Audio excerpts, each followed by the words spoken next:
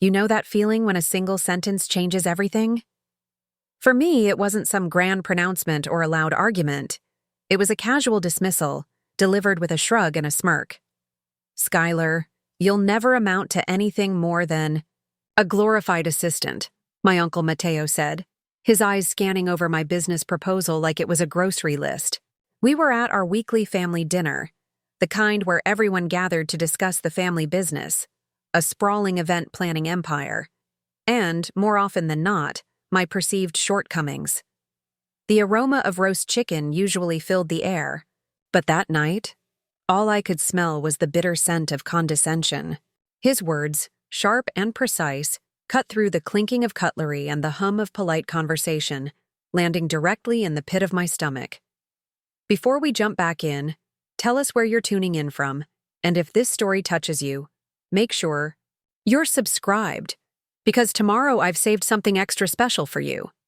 My Uncle Mateo, the patriarch of the family and the CEO of Elite Celebrations, had always been the arbiter of success. His words carried the weight of a decree, especially when directed at me. My cousin Javier was the golden boy of the family, the one destined to inherit the empire. He was charismatic, effortlessly charming, and seemed to glide through life leaving a trail of accolades. Every family gathering, every holiday dinner, every casual conversation somehow circled back to Javier's latest triumph. He was the star, quarterback in high school, the top of his class at university, and now, the wunderkind junior executive at Elite Celebrations, flawlessly executing major corporate events. He was the meticulously crafted blueprint for what a successful member of our family looked like. And then there was me, Skylar. The quiet one, the dreamer, the one who saw beauty in the small details, who believed in the magic of a truly personalized experience, not just the grand spectacle. My ideas, often dismissed as too niche or not scalable, were met with patronizing smiles. Sweet Skylar, my Aunt Elena would coo, always off in her own little world. My world, however, was vibrant and full of potential, a stark contrast to the rigid, profit-driven landscape of Elite Celebrations. That night, my uncle's insult wasn't just about my business idea. It was about my entire existence within the family. It was a summation of years of being told I wasn't practical enough, not ambitious in the right way, too sensitive for the cutthroat world of business. My parents, usually quick to defend me against external criticism, remained silent. My mother, Maria, simply stirred her tea, her gaze fixed on the ornate floral pattern of her cup. Her lips were pressed into a thin line, a familiar expression that spoke volumes of unspoken fears and silent acquiescence. My father, Ricardo, cleared his throat, a small, almost imperceptible gesture, but he didn't meet my eyes. He just continued to carve the roast, his movements precise and mechanical. Their silence, in many ways, was far more deafening than Mateo's derision. It was a tacit agreement, a confirmation that they too, deep down, believed I was destined for mediocrity. The unspoken message hung heavy in the air. You are not enough. You will never be enough. I felt a familiar ache in my chest, a burning sensation behind my eyes. I wanted to lash out, to scream, to shatter the perfectly curated facade of our family dinner. But years of conditioning had taught me to swallow my hurt, to wear a mask of polite indifference. I forced a smile, one that felt brittle and foreign on my face. Thanks for the vote of confidence, Uncle Mateo, I managed, my voice a little too strained, a little too high-pitched. Just then, Javier strode into the dining room, radiating confidence and smelling faintly of expensive cologne. He tossed his car keys onto the mahogany sideboard with a flourish. My Uncle Mateo's face instantly lit up, transforming from a mask of disdain to one of genuine warmth. Ah, there he is. How was the client pitch, mijo? Javier shrugged, a picture of nonchalance. Sealed the deal, Uncle. Biggest contract of the quarter. Mateo beamed, clapping him on the back. That's my boy. Always closing. I felt myself shrinking, becoming invisible against the backdrop of their mutual admiration. My hands clenched under the table, my nails digging into my palms. I wanted to disappear, to melt into the polished wooden floor. Instead, I quietly pushed back my chair, mumbled an excuse about an early morning, and walked out of the dining room without another word, the weight of their expectations and my own perceived failures pressing down on me. The night air outside was a cold shock biting at my cheeks and making my eyes sting. I didn't cry, not immediately. I just stood on the porch, staring out at the manicured lawn, the perfectly symmetrical rose bushes, and the dim glow of the city lights in the distance. My uncle's words, "You'll never amount to anything more than a glorified assistant," played on a loop in my mind, a cruel echo in the silence. My family's house, a grand structure perched on a hill, was a monument to their success, a testament to generations of meticulous planning and strategic maneuvering. From the outside, it was a picture of prosperity, gleaming windows, an immaculate garden, and an air of quiet, unshakable power. But inside, it often felt like a meticulously organized museum, where every emotion was carefully curated and true vulnerability was kept under lock and key. There was no room for deviation, no space for the messy, unpredictable path of a creative spirit like mine. Javier, 3 years my senior, had been the designated successor from birth. His path was predetermined, a gilded cage of expectations and achievements. Straight A's, captain of every team, a handshake that commanded respect even before he entered adulthood. "See how Javier does it?" my father would say, a constant refrain after every school event, every family gathering, every time I dared to express a differing opinion or pursue an unconventional interest. I remembered one specific evening when I was in 8th grade. I had just won a local art competition, my charcoal sketch of the old town square surprisingly beating out entries from older students. I was bursting with pride, holding the small engraved plaque in both hands like it was the most precious artifact. I practically floated into the living room where my father was reading the newspaper, and my uncle Mateo was on a business call. "Dad, Uncle Mateo, look what I won!" I exclaimed, my voice a little breathless with excitement. My father barely lowered his newspaper. "That's nice, honey." Mateo simply waved a dismissive hand, still on the phone. No genuine smile, no follow-up question, just a quick dismissal. Then, my father's attention immediately shifted to Javier, who had just walked in. "Javier, did your coach confirm the scholarship details for soccer?" And just like that, my moment, my small triumph, evaporated into thin air. I stood there, still holding the plaque, my face burning with a mixture of embarrassment and profound disappointment as Javier launched into a detailed account of his latest sports achievement. That night, I cried silently into my pillow, tracing the outline of the engraved plaque. I told myself it didn't matter, that art wasn't real success in their eyes. But it did matter to me. It mattered more than anything. My life became a string of similar almost moments. Almost good enough, almost worth noticing, almost part of the inner circle of the family business, but never quite truly seen. I learned to live in the periphery, to shrink my dreams, to keep them small and hidden, so they wouldn't be subject to their scrutiny or worse, their mockery. I became adept at staying quiet when my heart screamed for recognition. And my mother, Maria, never intervened. Not once. I don't believe she hated me. I think she was simply trapped in her own quiet world, unable to challenge the established order. She moved through life with polite smiles, perfectly folded laundry, and endless cups of chamomile tea, a silent observer. When my father or uncle uttered a cruel remark, she would flinch, a fleeting tremor in her composure, but she would say nothing. Her silence, however, was deafening, a constant reminder of my isolation. Still, I watched. I learned. While Javier was being meticulously groomed to inherit the family business, I was acquiring a different kind of education. I was learning how to survive being overlooked, how to observe, analyze, and read between the lines.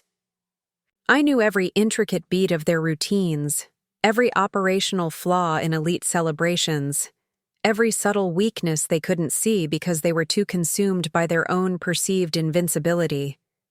I didn't realize it then, but every moment I spent in their shadow was preparing me, sharpening my senses, and fueling a quiet defiance. I didn't need their spotlight. I was building something better, something entirely my own, something they never saw coming. They never asked about my aspirations, never inquired about my interests beyond polite, superficial questions. They just assumed I'd eventually settle down, marry someone suitable, and perhaps take on a part-time volunteer role that wouldn't interfere with the family's image. That's who I was to them. Sweet, soft, unambitious Skylar. They didn't see the fire, not yet. But one day, they would. Because I was no longer just a shadow. I was a storm-gathering strength on the edge of their perfectly orchestrated world.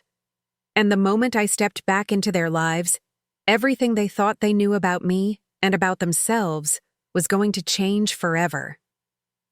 The last truly painful conversation I had with my father was the one that finally broke something fundamental within me.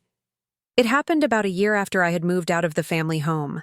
I was barely scraping by, trying to find my footing in a tiny studio apartment with walls so thin I could hear my neighbor's TV and a heater that rattled like a dying machine.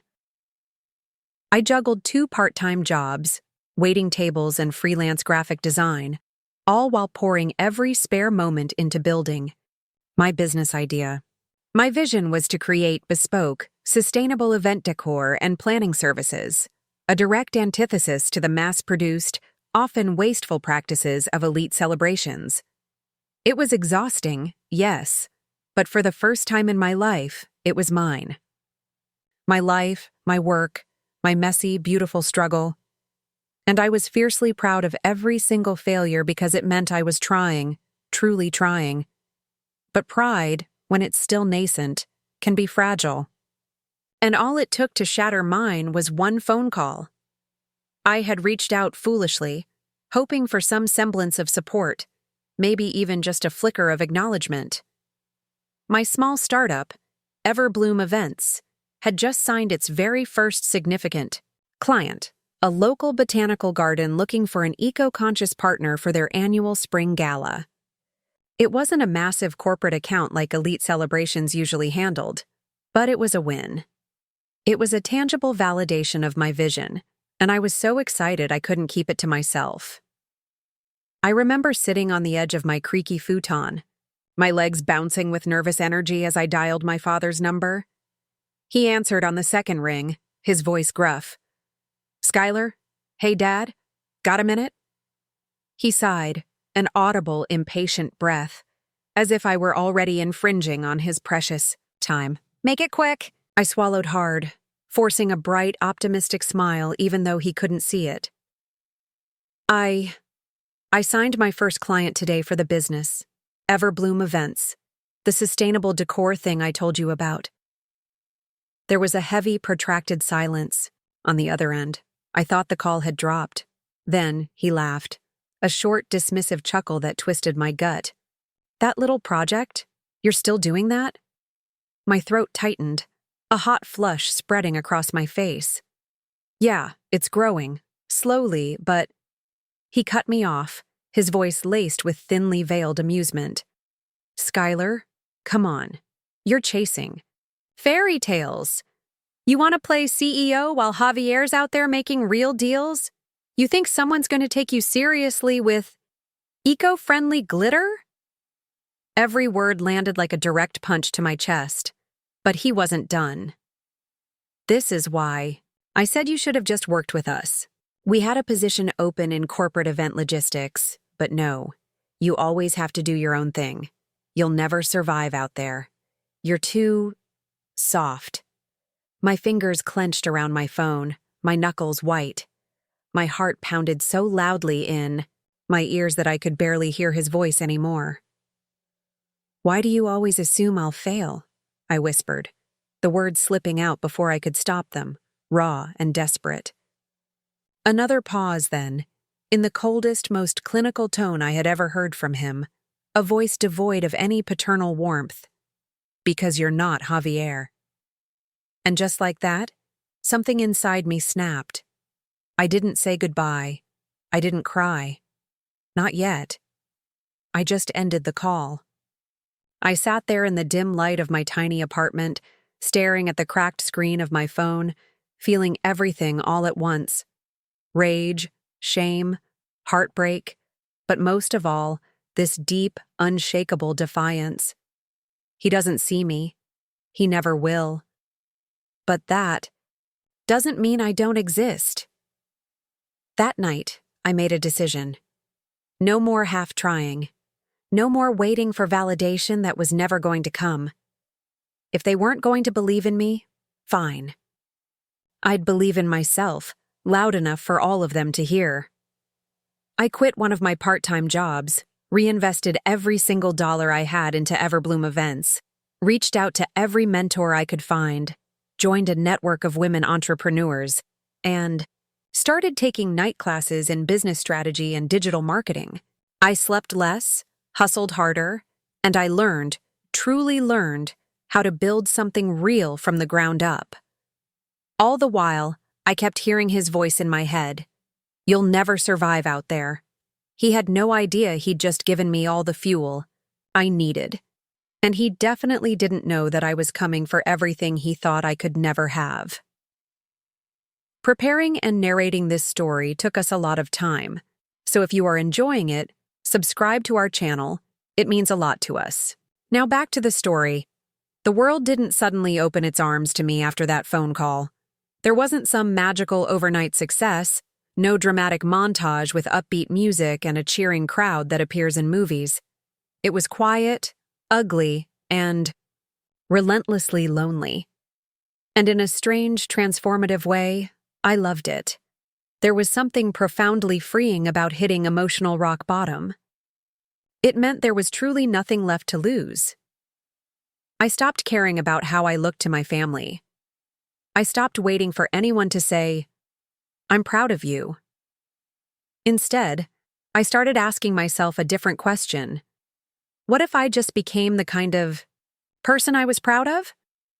That simple shift changed everything.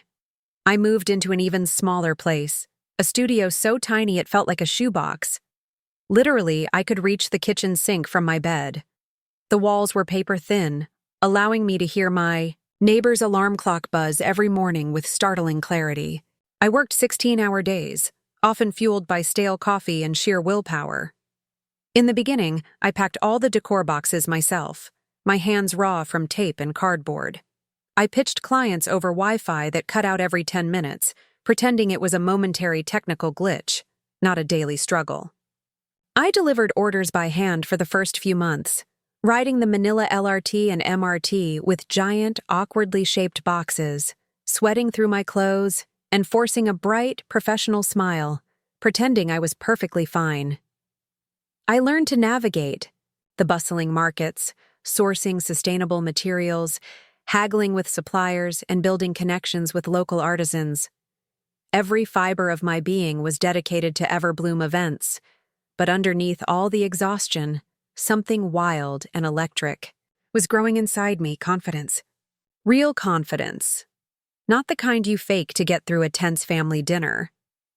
This was the kind that blooms from knowing what you're building, brick by painful brick. And I wasn't just building a business.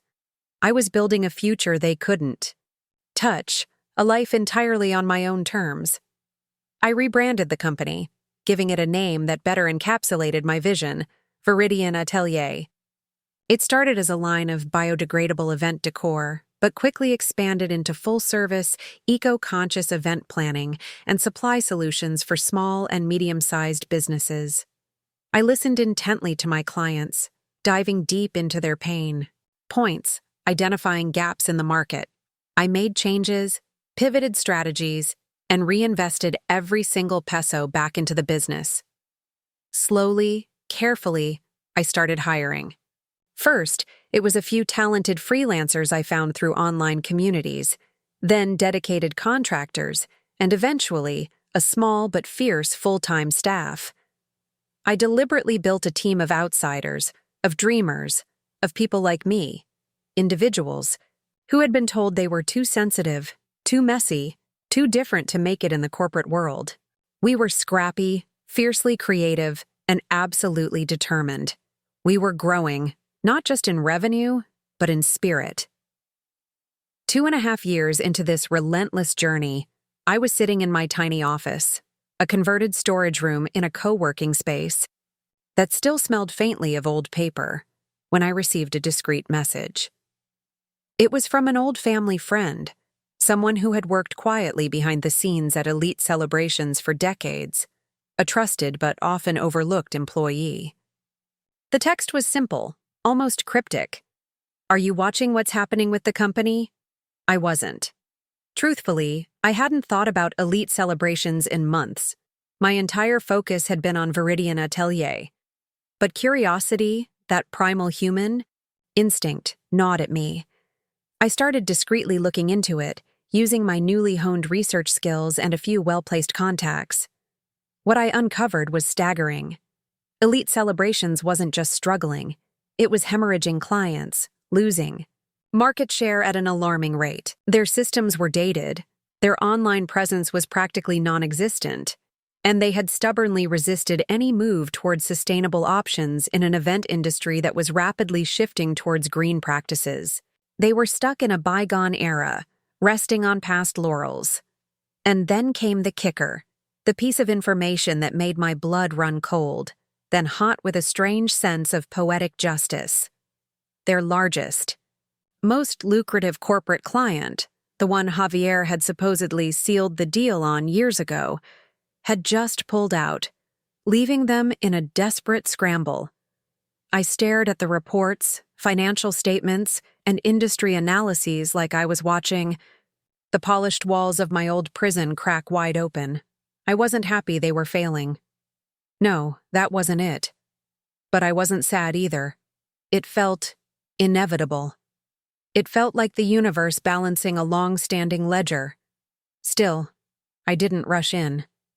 I waited, watched, and studied the unfolding situation like a seasoned strategist. I wanted to make sure this wasn't a fluke, a temporary blip. In the meantime, Viridian Atelier was exploding. We landed 3 major high-profile contracts in under 6 months, proving our innovative approach was exactly what the market craved. Our revenue tripled. My team doubled, filled with passionate, dedicated individuals who believed in our mission. We started getting press mentions in national lifestyle magazines and won several industry awards for innovation and sustainability. And then, the real game changer. We caught the attention of a major international investment firm.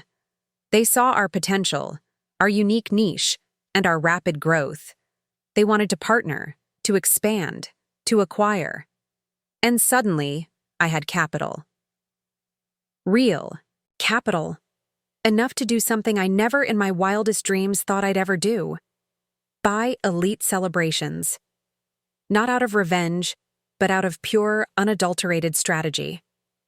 Their infrastructure was solid, their brand still had recognition, their client list, though shrinking, was impressive, but their leadership was outdated, arrogant, and vulnerable. I ran the numbers, then ran them again. I brought the proposition to my newly formed board of directors, and together we made a unanimous decision.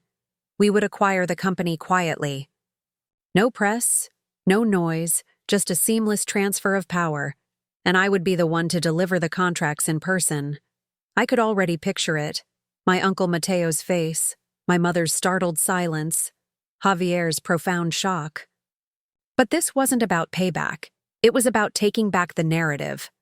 I was no longer Skylar, the overlooked daughter, the glorified assistant. I was Skylar Ramirez, the new owner of everything they said I could never build. I remember the feel of the heavy oak doors in my hands. Solid, cold, even heavier than I expected. The main office of Elite Celebrations looked exactly the same as it had the last time I'd been there, years ago. The same glossy marble floors, the same faint, comforting smell of fresh coffee and polished wood. The same framed photo of Javier and my uncle Mateo, shaking hands after his first big deal, still hanging like a trophy in the front hallway. But this time, as I walked through it, I didn't feel small. I felt steady, rooted, like an ancient tree. I wore a tailored charcoal gray blazer, its lines clean and sharp, its shoulders perfectly structured. My attire was simple, intentional, no flashy jewelry, just a quiet, undeniable presence. Every step echoed as I walked through the grand hallway toward the main conference room. I knew they would all be there. My uncle Mateo, my father Ricardo, my mother Maria, and my cousin Javier.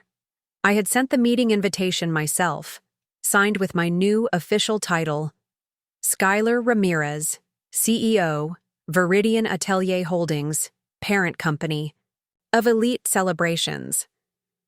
No one had responded to the email, a clear sign of their disdain or disbelief, but I knew they would show. And they did. They were already seated when I entered, the four of them arranged in a row like some kind of formal tribunal. My cousin Javier looked utterly confused, his usual confident smirk replaced by a furrowed brow. My mother looked anxious, her hands clasped tightly in her lap, her eyes flitting nervously from the door to her husband. My father looked grim, his arms crossed, his jaw tight, classic Ricardo Ramirez, perpetually annoyed by anything that disrupted his carefully constructed world. My uncle Mateo, ever the patriarch, was a picture of simmering indignation, his expression radiating a silent question. What audacity is this? I closed the door gently behind me, the soft click resonating in the silent room. I walked to the head of the long mahogany table without saying a word, my composure unyielding. For a long moment, no one breathed. The tension in the room was thick, almost suffocating. Then, my uncle Mateo broke the silence, his voice already defensive, laced with thinly veiled contempt. What's this about, Skylar? Are you here to pitch us some new, eco-friendly glitter idea? His tone implied I was interrupting his important day, that I didn't belong in that room, let alone at the head of the table. I met his gaze, my own eyes, calm and unwavering. I sat down deliberately, centered and composed. I'm here to finalize the transition, I said, my voice low and even, devoid of any emotional charge. I reached into my sleek leather bag and pulled out 2 crisp, thick folders, filled with meticulously printed contracts, tabs, and highlighted clauses. Javier leaned forward, his confusion deepening into something akin to dawning alarm. Wait, transition?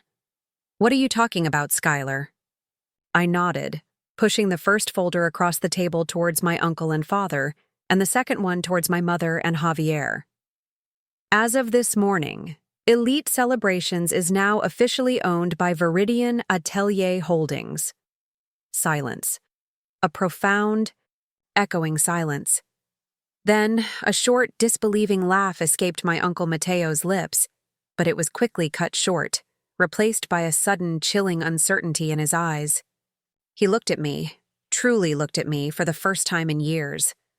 What are you talking about? He stammered, his voice losing its usual authoritative edge. This is your new employment agreement, I said, keeping my voice steady. No hint of triumph, just matter-of-fact truth. Both of you.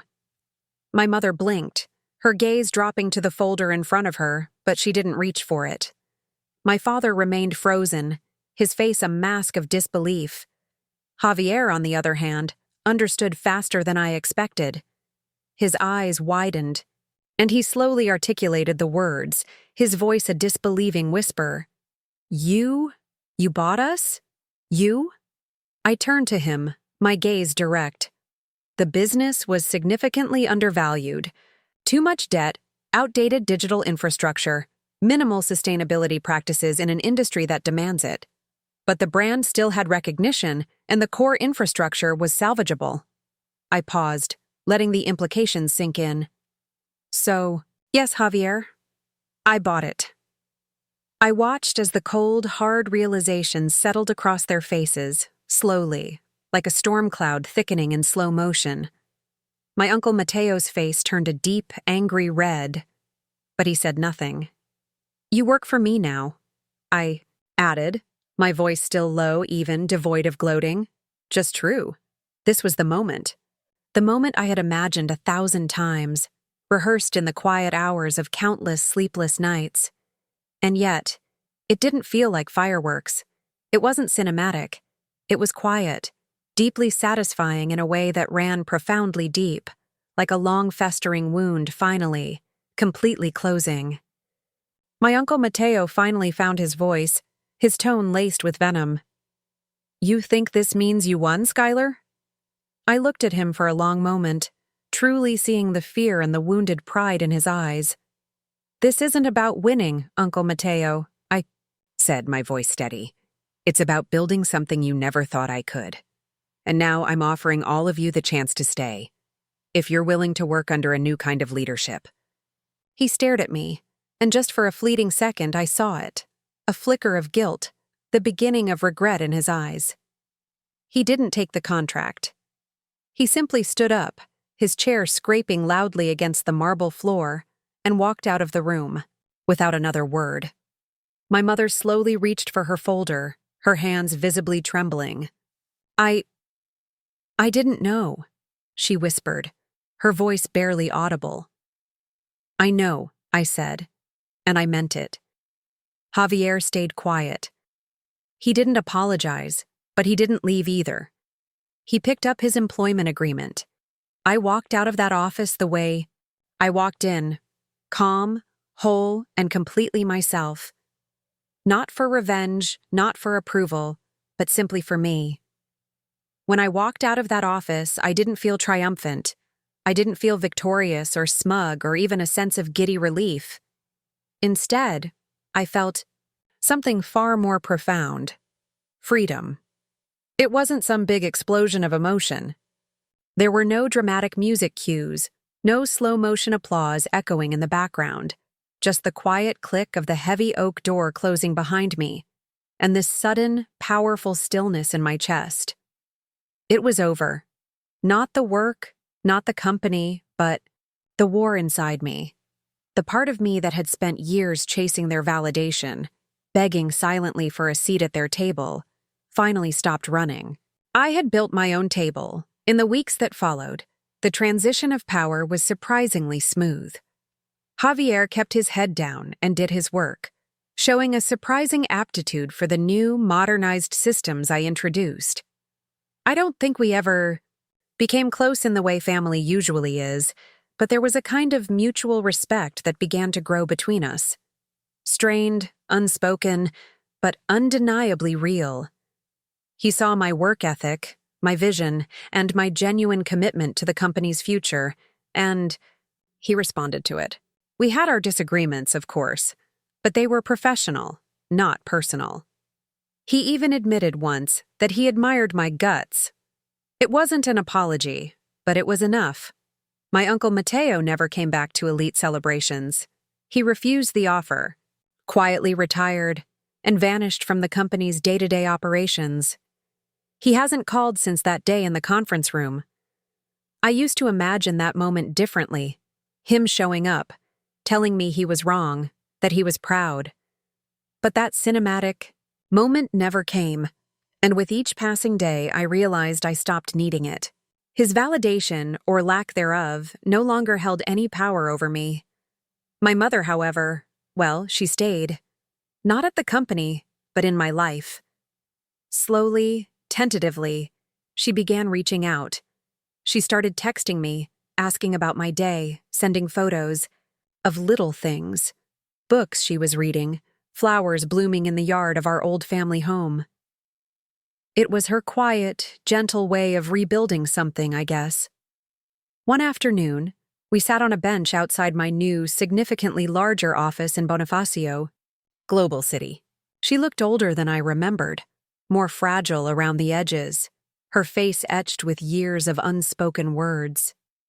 "I should have stood up for you, Skylar," she said, her voice barely a whisper, her gaze fixed on the bustling streetscape. "I see that now." I didn't say anything right away. I just reached for her hand, my fingers wrapping around hers. The anger, the resentment, it wasn't there anymore. I understood her silence now, even if I couldn't fully excuse it. Forgiveness isn't loud. It's not always pretty. Sometimes it just looks like holding someone's hand when you don't have the words, recognizing their own silent battles. Today, Viridian Atelier is thriving. Elite Celebrations is no longer Elite Celebrations. It's been fully merged into Viridian Atelier Holdings. We rebranded, modernized, and built sustainability into every single piece of the operation, from client acquisition to event execution.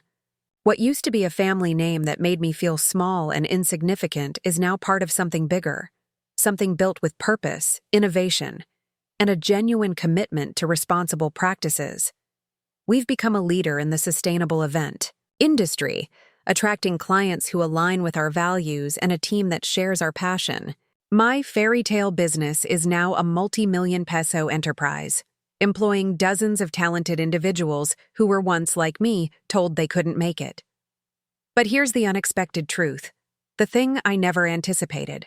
Success didn't heal everything. It didn't erase the years of feeling invisible. It didn't rewrite my childhood or magically make every emotional wound disappear. But what it did give me, unequivocally, was perspective. I used to think that proving them wrong was the ultimate goal. That one day, they'd see me on top, successful beyond their wildest dreams, and regret every dismissive word, every silent, slight. But I don't want regret. Not anymore. What I truly want, what I've found, is peace. I want to look in the mirror and see someone I chose to become, not someone I became just to prove a point to others. The satisfaction isn't in their applause or their regret. It's in the quiet knowledge that I built this, for me. If you've ever felt like the disappointment in the room, if you've ever been the shadow to someone else's spotlight, I want you to hear me when I say this. You are not a failure just because they couldn't see your light. Their vision is not your limitation. Let them underestimate you. Let them doubt you. But never, ever let them define you. Because sometimes the most powerful thing you can do isn't to yell or fight or break things. It's to grow so quietly, so steadily, so undeniably, that one day they look up, squinting into the light, and realize the world they once ruled now belongs to you. And when that day comes, you won't need their applause. You'll already be clapping, for yourself, standing firm on the foundation you built with your own hands. So that's my story. Not a perfect one, certainly not easy, but it's real. If you're still here, thank you for listening, for feeling it with me, for walking through the hard parts. Maybe something in it reminded you of your own life. Maybe you're in the thick of it right now, trying to be seen, trying to matter, trying to prove to yourself that you're more than what they said you were. And if you are, let me say this. You are not a disappointment. You are not behind. You are becoming. If this story spoke to you, drop a comment below and tell me your truth. Or just say, I see you. Because sometimes that's all we need. Like, subscribe, or just come back when the world gets heavy, and you need to remember, you're not the only one fighting to rise. And always, always remember this. Own your story. Even the parts they told you to hide.